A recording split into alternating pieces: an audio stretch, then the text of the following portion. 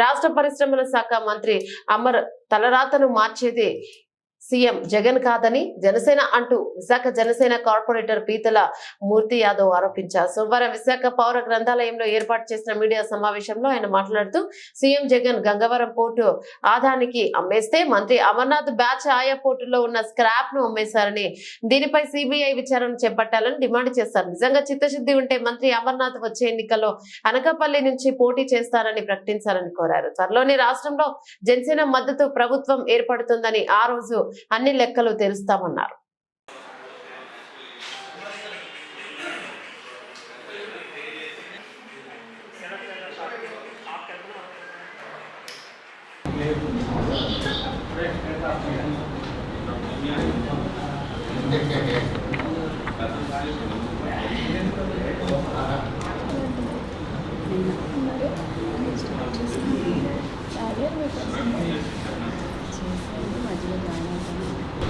Janasena party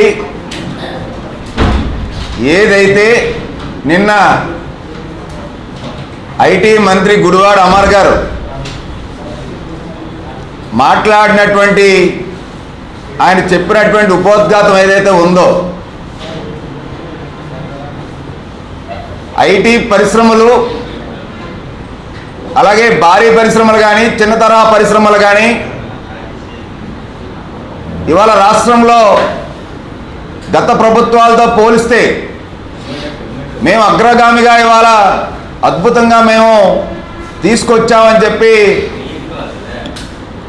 ఏవైతే కళ్ళబొల్లి కబుర్లని చెప్పారో, మేము బహిరంగ చర్చ సిద్ధమని ఏదైతే గుడివాడ అమర్ చెప్పారో, జనసేన పార్టీ మంత్రి గుడివాడ అమర్ యొక్క ఛాలెంజ్ని పూర్తి స్థాయిలో స్వాగతిస్తూ ఉంది. ఒక్క స్టార్టప్ కంపెనీలే 100కు పైగా మూతపడిపోయినాయి.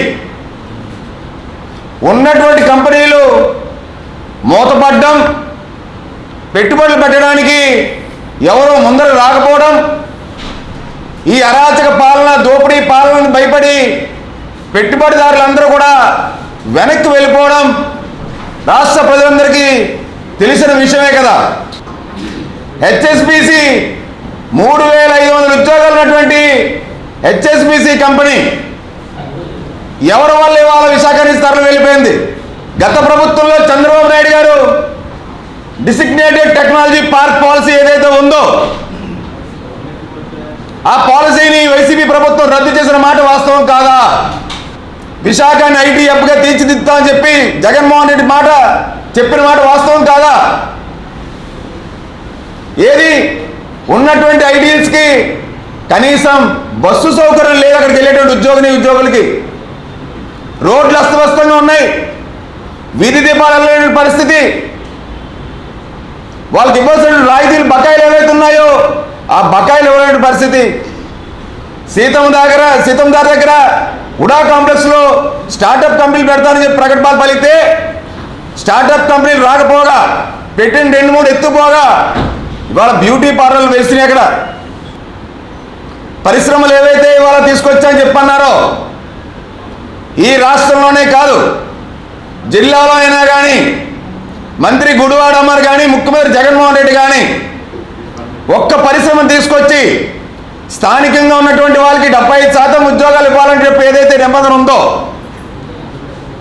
ఎక్కడైనా కానీ విశాఖ జిల్లాలో నేను మంత్రి గుడివాడ అమర్ వల్ల ఇక్కడ ఉద్యోగం నాకు లభించింది, ఈ పరిశ్రమ తీసుకొచ్చారు, అయితే ఉన్న పరిశ్రమల్లో ఉద్యోగం కల్పించారని చెప్పి గుడివాడ అమర్ చెప్పగలరా అని చెప్పి జనసేన పార్టీ బహిరంగ సవాల్ ఇస్తూ ఉంది.